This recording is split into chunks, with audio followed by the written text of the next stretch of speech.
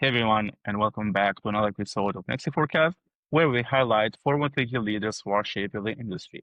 Today, I have the absolute pleasure of inviting Drew Cifradelli, founder of Zweet Zpot Real Estate in New Jersey. Drew, thank you very much for joining me today. Yeah, nice to be here. Absolutely. Drew, can you give a do an introduction and give us like a story of your background and tell us how you got started in this business in the first place? Sure, sure. Actually started as a young man. My father and I used to buy old houses, fix them up and resell them. And I did some framing with my cousin who was, a builder and started selling our own inventory. And then went off to college, got a career in IT, data analysis, and then eventually came back to real estate. And when I came back into real estate, I had never done, actually trying to recruit other people to list their homes with me. I'd always sold my own inventory. So that was Okay. a new experience for me to say, all right, well, what is my value? How do I really earn my commission when I'm helping somebody sell their house or buy a house? And to be honest with you, when you're in the IT field, you don't really think that highly of salespeople Yeah. because most of the salespeople you deal with in the IT field don't really know what their software does. Yeah. And so, I really kind of struggled with my own self-image of what is it that I do that really adds value? And as you see on my screen, I have that I'm the value optimizer. And so Okay. I really focused a lot on that issue of, well, what can I do to make sure that I'm getting my clients the highest and best value for their property? And it became obvious over time that, getting the right buyer had more to do with their situation, the seller situation and the buyer situation, and finding two people that made a good match. But also, generally, there's a statistical part of it where if you stay within two standard deviations of a curve, you're going to be, if you can price your house in within two standard deviations of the middle, the median, price for a property per square foot, you're going to attract a lot of buyers. And then you're going to be able to hit the sweet spot and pick the buyer that's going to be able to give you the closing terms and conditions that you want at a price that is going to meet your needs. And so that's where I came up with Sweet Spot Real Estate. Nice, awesome. And as you talked about transition from working with your father and cousin to building your own business now, what was the biggest learning curve of that experience? It's funny, because it's not, this is going to surprise you, but in the beginning it was photography. Okay. How so? The cameras when I started were hard to use. You had to set the aperture, you had to set the lighting, you had to set the focus, you ran out of space, on your camera. If you took too many pictures, you couldn't upload them. It was taking good pictures in the beginning was harder than anything else, which seems kind of funny, right? And now it's Yeah, just so easy. You just go into a house and take your cell phone and get unbelievable pictures. Yeah. The cameras were expensive. The lenses were expensive. Developing them, pictures, if back at that time was even challenging. We didn't have digital cameras when I first started, so yeah, it was a very uh, different thing. You actually had to pay for professional photographers at one point.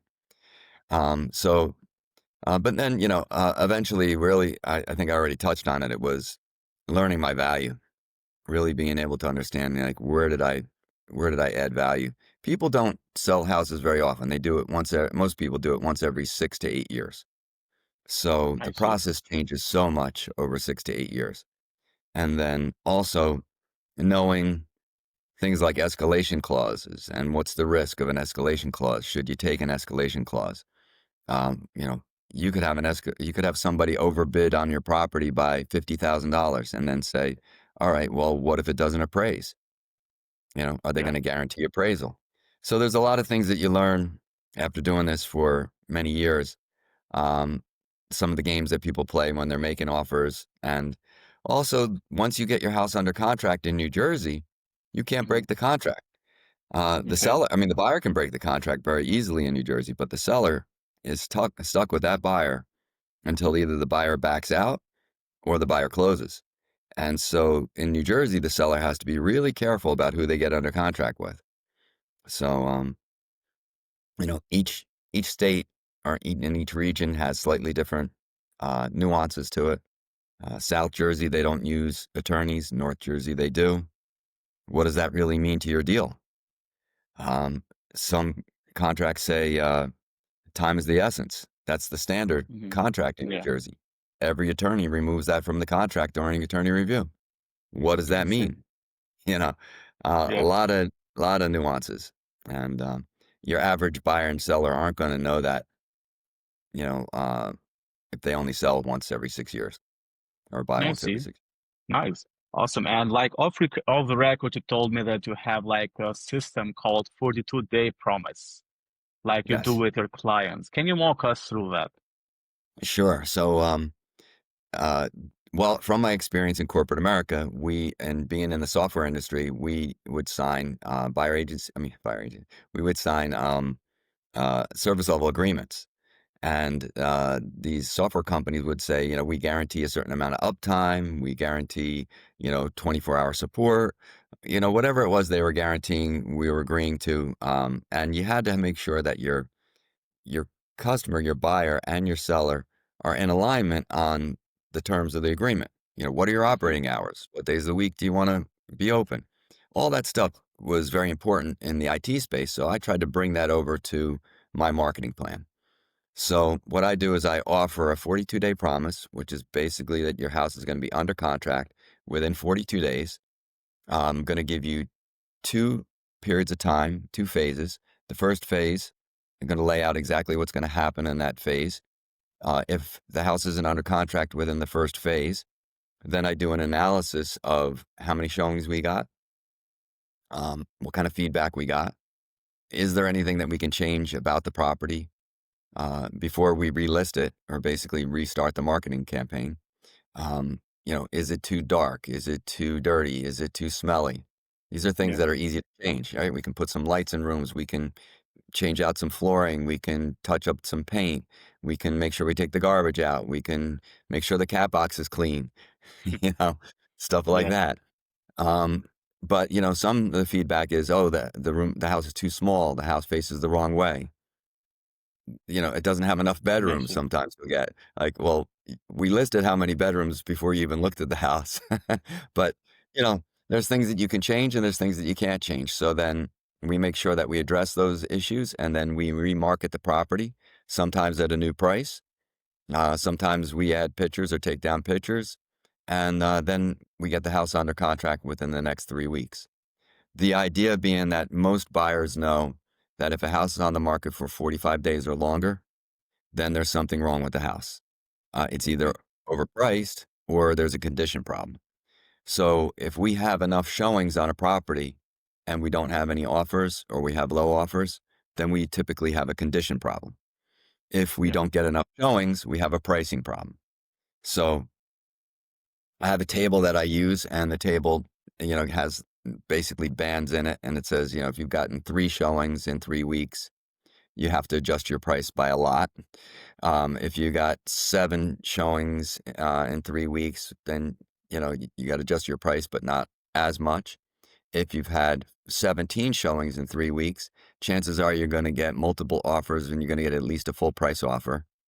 If Yeah, you get yeah. 21 showings or more, chances are you've gotten multiple offers, and we can actually raise the price. So Okay, nice. this past month, I had two listings that I listed on exactly the same day. So that was a Okay. really great test. One of them was overpriced and the other one was underpriced.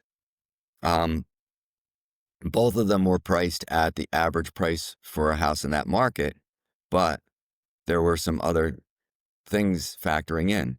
One was a really small house in an entry level market. So we ended Yeah. up raising the price on that house. The other one was a high end condo in a high end market. We ended up lowering that price. So we also had some condition issues with the seller of the high end property. They were in pre foreclosure. So they had an imminent foreclosure date coming, and that was public knowledge.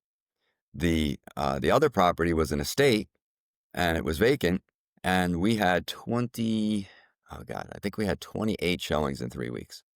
Right. Nice. Great. Yeah. So we ended up raising the price on that one.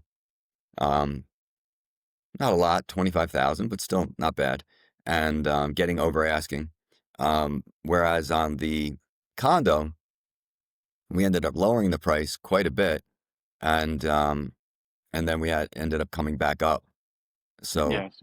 once we got enough showings, then the people started looking at it, and then the price started going back up to where it should have been. But Nice. we knew we had to do something because we weren't getting enough showings. Yeah, yeah. We have to make to take action. Yeah. And Yeah. that's why I do it quickly. So that's why the first 3 weeks is the true test. Like if somebody comes to me and says, I want to price my house for $1 million, I'll Yeah. try anything for 3 weeks. You give me 3 weeks, maybe you're right. Maybe $1 million is the right price. But if we Yeah. don't get enough showings and we don't get any offers, then we know we got to make an adjustment on the price. And then we make sure that we make a good, educated adjustment so that we get enough showings to get offers in the next 3 weeks and get it under contract before the 42 days. Okay. Thank you very much for sharing that with us. So talking a bit on the trends on the real estate overall, what are like the biggest changes you've seen in the real estate market over the last, let's say, 5 to 10 years? Well, the biggest one is the recent one with the NAR settlement, and buyers agents having to negotiate their own commission ahead of time.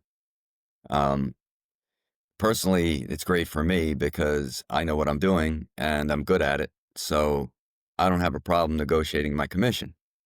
Yeah. Um, for maybe for other agents who aren't as good or haven't, had experience negotiating or presenting their value, they may be struggling with that a little bit. Um, I feel like the industry is eventually going to go to three big listing agents, sort of like the way the telephone industry is now, where you have AT&T, Verizon, Yeah. and T-Mobile. And then maybe you have some small competitors, you know, stepping in here and there, trying to innovate the industry, and then the big companies buy them up.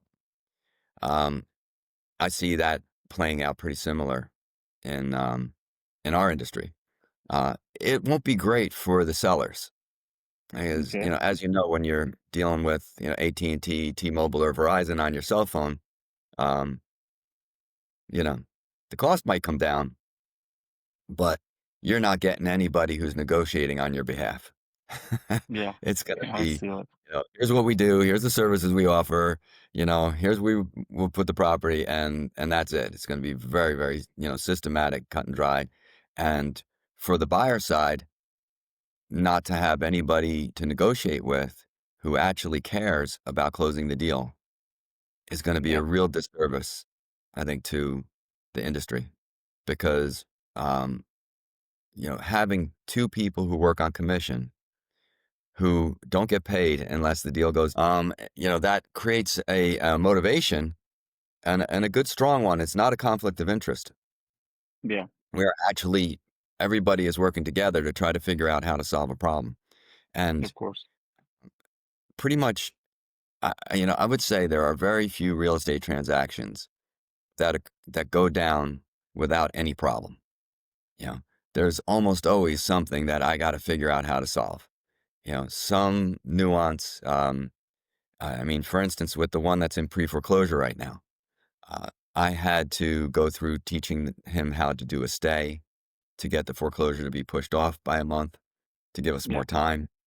Um, you know, the customer didn't know what a stay was. I had to, hold their hand, so to speak, to, say that, well, you go to the county, you know, you get the first stay for free, or basically you just ask for it and they give it to you. The second one, you got to prove that you've actually done something to, move the process along to sell the house. So you get it listed, you show them it's listed. If you get it under contract, you can take it back and say, I'm under contract and here's my closing date. And the judge will typically let you close on the property because they really Yeah. don't want to do a foreclosure. So knowing that, the judges aren't really there to take your property away, and that if you show a professional and, you know, well orchestrated effort to sell the property and to pay back your debts, the judges are going to give you the time you need. So that's the kind of stuff. Did I answer your question? Yeah, yeah, all of it. And Yeah. what about the technology and the AI now related, I can say, trends? How is the AI and technology impacting your business and also the real estate from your perspective? So right now, I feel like a lot of, I'm getting hammered all the time by different vendors asking me to, do business with them.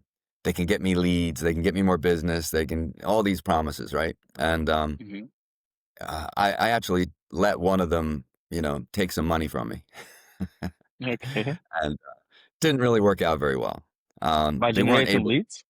yeah, they were not able to deliver, you know. Okay. Um, Now I did give them a challenge, right? Because where I want to do business is on a barrier island, and I gave them 8 zip codes, and I said, if you can generate business on this island, then that's adding a lot of value. They Yeah. have not been able to produce one lead, all right? Not at least one. Not even one, all right? Okay. They can get leads off the island in some of the less desirable areas. But we're talking about a difference of, minimum price of 1 million to 25 million I see. to a minimum price of 200 to 800. You know, I didn't Hmm. sign up for this to get, you know, 200, $800,000 leads. I signed up for it to get the million to $25 million leads. And, Yeah. they're just, they haven't been able to produce. So I think they've overestimated their abilities. Um, and, we'll see. I mean, at this point, I'm actually asking them for a refund. So, uh, Okay. and Yeah. and then they came back to me and they said, "Well, can you give us your database of past contacts, and can we work those leads and see if we can generate something out of that for you?" I And I see. thought to myself, I've got 10,000 contacts in my database, right? But um, that's over 20 years of doing this. And, a lot of those people, I don't know if those numbers are good, the emails are good, Yeah. mixed in with family, friends, vendors, other agents. Uh, for me to go through that database and get all those other people out of there and then hand them a list of people to go through, just, it's not what I signed up for. You know, Yeah. it's, Yeah. I wanted someone to take this thing out of your hands and like just get the lead so you can let be focused on more different or I can say important stuff. Yeah. To agree on that yeah. part.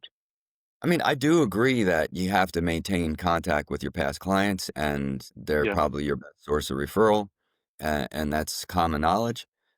But I didn't pay them to do that. Yeah. Yeah. I agree.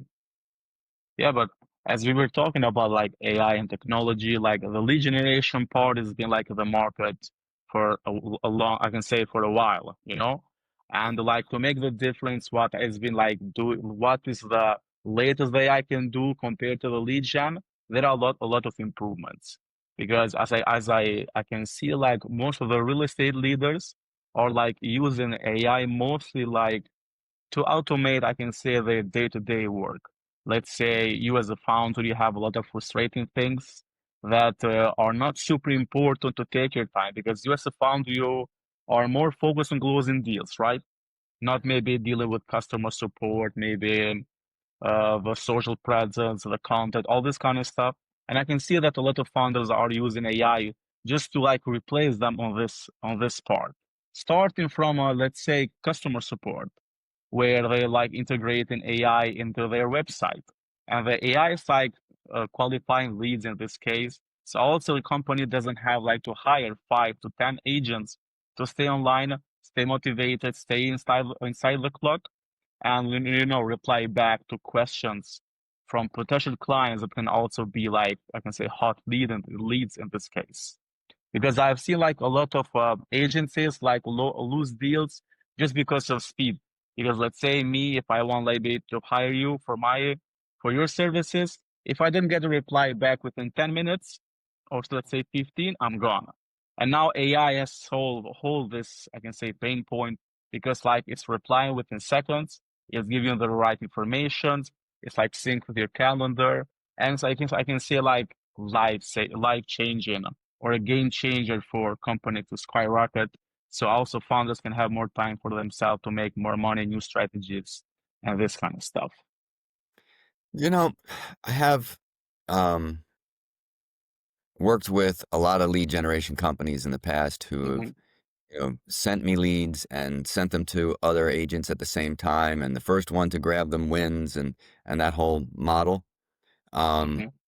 and I do acknowledge that um, buyers want immediate response. There's no question Yeah. about it, right? Um, but the type of buyer that you get, all right, is the problem. When you look at the Okay. total number of buyers, and again, forgive me, I'm a data analyst guy, so I look at this stuff, right? Of course. Um, who's a typical buyer who's never done business with any real estate agent and doesn't know any real estate agent? It's going to be a renter. It's going to be a first-time home buyer. Yeah. They're not going to be shopping for a high-end house, or it's going to be somebody new to the area. But even somebody new to an area, if they've owned a home in the past, would be smart enough to ask around and say, "Hey, do you know any good realtors who Yeah. really know this area?" Right? Yeah. I agree with that part. People who come online to, just randomly go online and pick the first agent they come across are typically first-time home buyers. Yeah. And so if you're an agent and you're new to the business, then you take what you can get, right? You'll take first-time home buyers, no problem. First-time home buyers are not easy to deal with, right? Yeah. Uh, they're in a rental. They could stay in their rental, or they're living at home with mom. They could stay at home with mom and dad. They don't have anything pushing them to move out. Um, Yeah. they're definitely not going to be buying a really high-end property unless they're getting a lot of help from their family for a down payment. Um, they've never owned a home before, so it's scary to them because, everything about owning a home is scary when you've never owned one before. Of course. The engineer comes in and scares the hell out of them because he points out all the things that are wrong with it. They almost always bring their family members in to look at the house with them, and their family members scare the hell out of them. You know, Yeah. so first-time home buyers are really challenging buyers to work with, and I'm good at it, but the amount of money I make for the amount of effort I put in is Yeah. definitely disproportionate, right, to working with some of my past clients who trust me and know that I'm going to take good care of them. Um, so that's the kind of leads that you tend to get from online services, and so this is why they're having such a hard time getting me leads on the Barrier Island. These people are Yeah. not Of looking course. for first-time homes. These people are buying second homes. These people know plenty of people. They know plenty of agents. They know plenty of lenders. They know, that they've been around the block, and they've got money and they want a high level of service. So, I um, agree. they've perfected the AI yet in that area. Um, and I definitely don't want AI talking to my friends and family, you know? Um, Yeah. I guess so. I so, get you and there. most people that I do business with these days, after you do this for so long, you become part of people's families. You're Yeah. invited to weddings and you know their kids. And, you know, I don't know. I can't imagine AI taking that, you know, away from my business. Then I wouldn't even know what was going on. Then the next time my friend calls me up and says, "Hey, um, you know, are you coming to whatever? I told you about my daughter's birthday or whatever." And you'd be like, "You told me?" It wasn't me. Yeah, it wasn't me. You know, that freaks me out. Yeah. So, Yeah. I agree. yeah. Yeah, I fully agree on that part because it always like depends where do you want to integrate the AI. Because you don't have like always to integrate the AI only on the I can say on the communication part. There are also a lot of people who automated, let's say, repetitive tasks. Let's say now you have like a new client, and now you don't have to deal with the whole onboarding stuff, signing contracts, like checking the in the emails where is the contract, maybe it's like burned, you didn't get a follow up for a while And now people are automating this kind of stuff. So you like just click a button, maybe let's say in your CRM when you get a new client, and the AI automation will do the whole stuff from sending the contract, automating the onboarding, gathering the questions or the information you need for that client to be part of the CRM. All this kind of stuff like are being automated, I can say. So just to stay up to date, because clients, this is something clients want when they are like they want to get the latest data, the latest information about for their payment because they are paying money, and they want to be always like up to head with I can say the latest information. So being in this business for a while, and as you mentioned, now you've been with a bad, I can say, experience with this kind of lead generation stuff. What are some challenges I can say, or maybe operational challenges that you feel frustrated about, you would like maybe to solve, or maybe also to automate? Besides the collaboration part, because as you mentioned, you don't want your family members to talk to AI. Yeah. So I think that if I had a bigger brokerage, with a lot more people involved, Yeah, I could see the lead generation part, you know, cultivating the leads to get them to a real human so that you really know you're dealing with somebody who's a legitimate buyer could be yeah, useful, right? Um, you'd be surprised how many bogus leads I get. Like the other day, I got a lead from, I'll leave the source out. Um, but I get this lead. Oh, I'm looking for a 4 bedroom, 3 bath, 2 car garage in New Jersey. Can you help me? And yeah, I'm like, that's suspicious, right? Something's not right. You didn't give me a price. You didn't tell me what town you're looking for. Um, I call up and the person says, "Oh yeah, my boss is looking for somebody to help them buy a house." Okay, your boss, nice. Um, you get on the phone with them and you find out that yeah, this guy isn't actually looking for a house to buy. He's looking for not to live in. And then he starts talking to me about investing in Dubai. Like, okay, what? How did we get to from using me to buy a house in New Jersey to investing money in Dubai? yeah, Um, Very strange, and you'll have a lot of other people come to you and they'll try to extract information out of you about. Like the other day, I had a buyer come to me and say, "I'd like to put a cash offer on your foreclosure property." hmm, And I said to him, "Oh, that's nice." I said, "Why are you coming to me?" And he said, "Well, I'm an investor, and I thought it'd be better to work directly with the listing broker." yeah, And well, you don't have another agent that you work with on a regular basis? And he says, "Well, I've worked with other agents, but I prefer to work with the listing broker." I yeah, said, "All right, well, my commission is 3%." He says, "Well, I only want to pay 2." I said, yeah, "Well, then you need to find another agent." Right? yeah, You yeah, I know, know, he was coming to me because he thought he could get a lower commission because yeah, I and a was better deal. in a better deal on the house. You know, Yeah, yeah, he did eventually go and he negotiated a lower commission with some other agent, yeah, and he put an offer in, and it was a very low offer, wasting his time. All right. I mean, he's $100,000 less than any other buyer. And so I was supposed to spin my wheels with this guy on a one-time offer. He was going to spend, even if I had an assistant do it, my assistant's going to prepare this offer for him, and he's going to put a crappy offer in.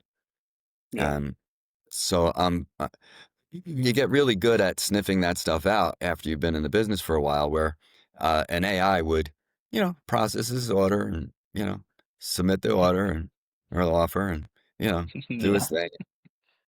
Get proof of funds and everything like that, I'm sure, and have the dual agency disclosure signed and all that kind of stuff. But um, for me, morally, ethically, there's a disadvantage to my seller when I'm a dual agent, and I won't work with a buyer who comes to me and wants to be a one-hit wonder. If they come to me and say, "Oh, I only want to work with you on this house," sorry, I'm not working with you. I don't do business like that. Find somebody yeah. else. You know. I Um, see. but I'm at a point in my career where I can do that. Yeah.